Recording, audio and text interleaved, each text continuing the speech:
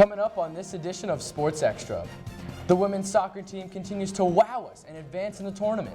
In a season of ups and downs, the football team is going bowling. And the men's basketball team stayed away from Turkey this Thanksgiving, but decided to shoot some hoops in the Bahamas. We have all that and so much more. Sports Extra starts right now. From the University of North Carolina School of Media and Journalism, covering the full range of Tar Heel athletics. This is Sports Extra. Well, with undefeated teams, tournaments, and bowl games in the future, GDT Bath now means it's a great December to be a Tar Heel. Welcome back, Heels. I'm Devontae Anthony. And I'm Brian Gallagher. Let's get right to the semester's final edition of Sports Extra. On a chilly Friday evening, the Carolina women's soccer team took on Southern Cal at Dorrance Field for a chance to advance to the College Cup. The Heels were down until Carolina's Emily Fox scored off this power kick surrounded by Trojan defenders. UNC scored next off this incredible header by Brianna Pinto 14 minutes into the second half. Macy Bell later gave Carolina the lead off this free kick.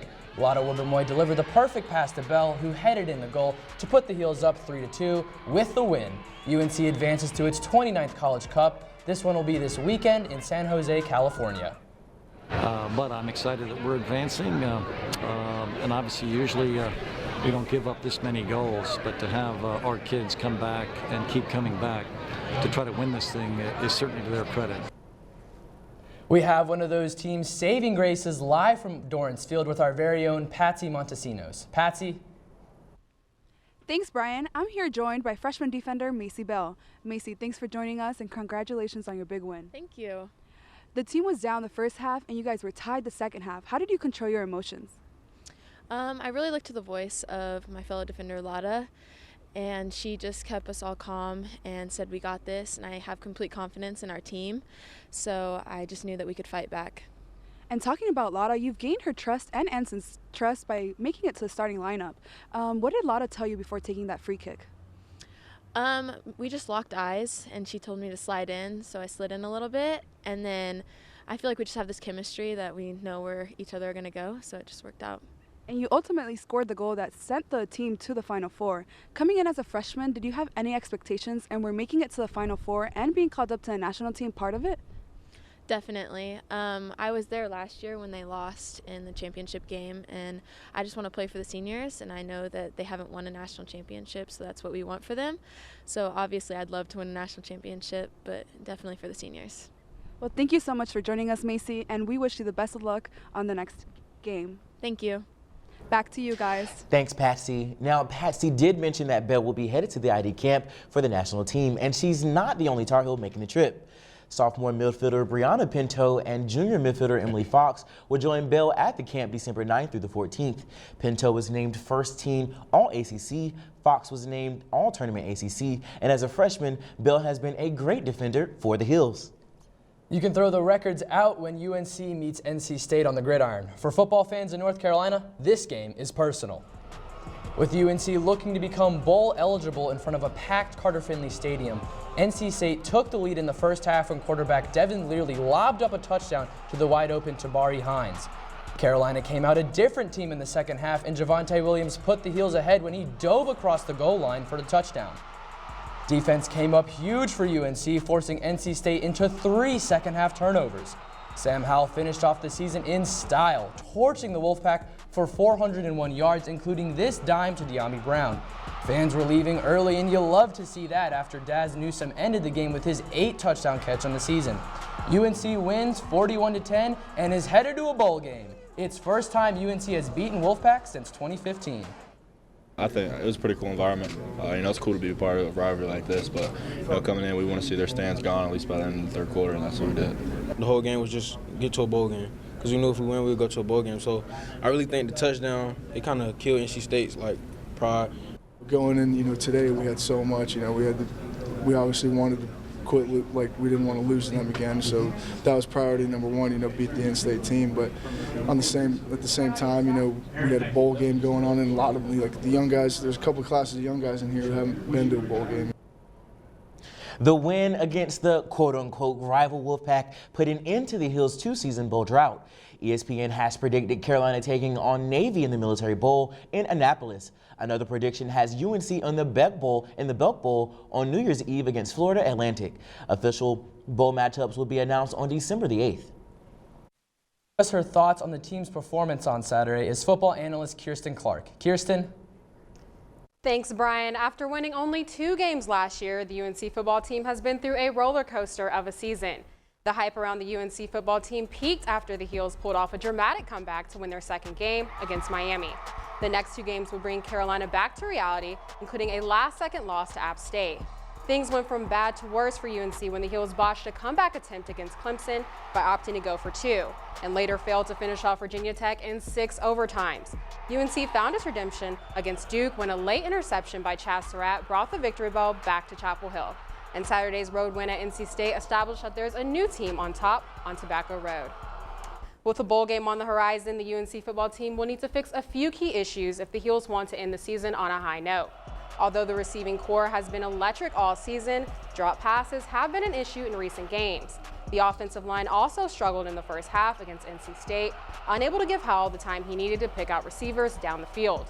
Howell has proved he can throw the ball deep, but needs protection from his offensive line in order to find his targets. Critiques aside, the boys have worked their butts off this season, and fans are excited to watch this team play one last game together. Back to you guys. Thanks, Kirsten. Women's tennis standout Alexa Graham is making a name for herself with Team USA. The U.S. team took home the gold with spectacular performances from UNC's Graham and her teammates for the 3-day tournament. Team USA emerged victoriously as they won 4-1 against Great Britain, bringing home their 9th title in 11 years. And on Sunday, the wrestling team hosted a dual meet against Appalachian State. The first win came from AC Headley in the 157-pound weight class. Then number 19 Kennedy Monday won at 165. Clay Law was victorious at 174, and at 184, Joey Mazzara also defeated his opponent. Taking it to sudden victory, Brandon Whitman defeated Paul Carson in the 197-pound weight class. Carolina's Zach Sherman closed out the team victory with a major decision at 141. Now, Brian, that's a lot of victories for Carolina. How do you feel about it? Oh, fantastic weekend. I was at the NC State UNC game. It was such a great feeling just to stay there the whole game and see those final 8 NC State fans. Such a great feeling. So tell us what's happening when we come back. When we come back, the women's basketball team is off to its best start in 5 years.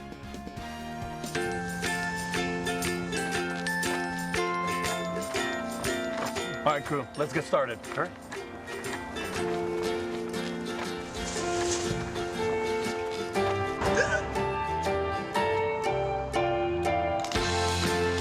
Don't ignore the law. You must call 811 at least 2 to 3 days before any digging project so you can avoid hitting our essential buried utilities. For digging projects big or small, make the call to 811.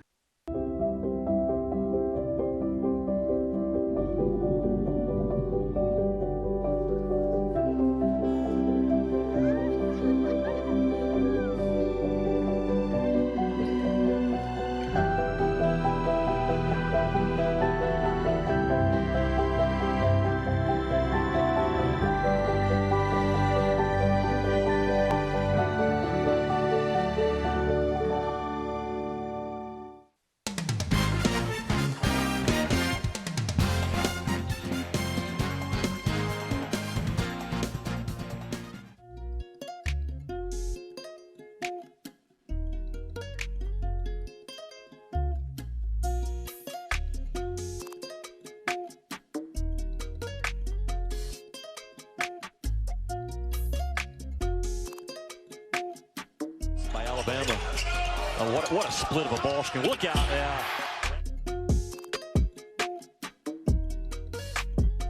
Anthony and one.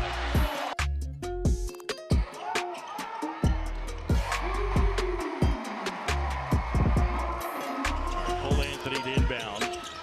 Good screen. Lob and a throw down. Garrison Brooks. And North Carolina will win this one. First of 4 here from the Imperial Ballroom in the Atlantis. Oh my goodness, Cole Anthony. Did Julius off the window. Livers up ahead in the deuce. Right side, Brooks buries it. To Julius, give off Livers. Wagner a three. Got it. Oh, there's Michigan. And Jumbo will join their fans. They're going to the finals at the Battle for Atlantis. Black swings it to Robinson. Little crossover, and the jumper is good. Feed inside, Baycott off the glass.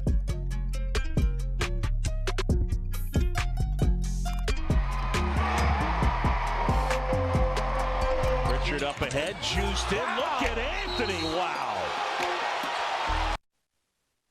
Are you kidding me? Toss up ahead, play tech off the glass, and Baycott with the follow.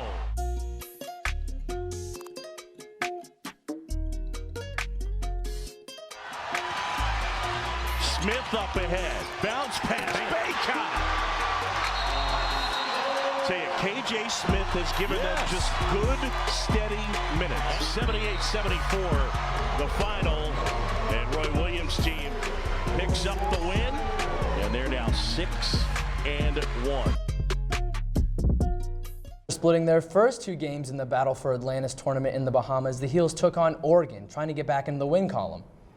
Against Michigan, Armando Baycott only had 6 points, but boy, he came up big time against the Ducks. The freshman posted 23 points, 12 rebounds, and threw himself a block party. He had 6 on the day. Here in transition with Cole with the three-pointer and Armando with the putback.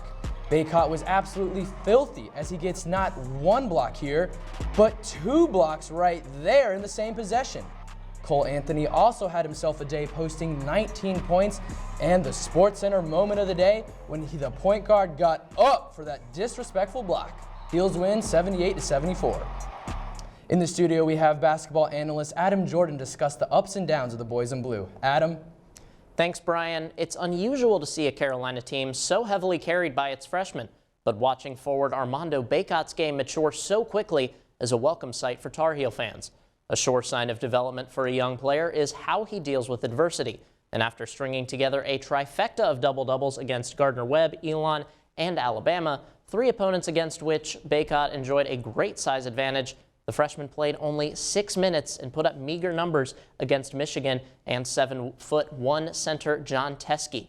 Baycott responded in style, though, against Oregon the very next day, notching career highs in both points and blocks. But the statistic that led head coach Roy Williams to describe his game against Oregon as, quote, being in a different stratosphere, 0 turnovers. Guys?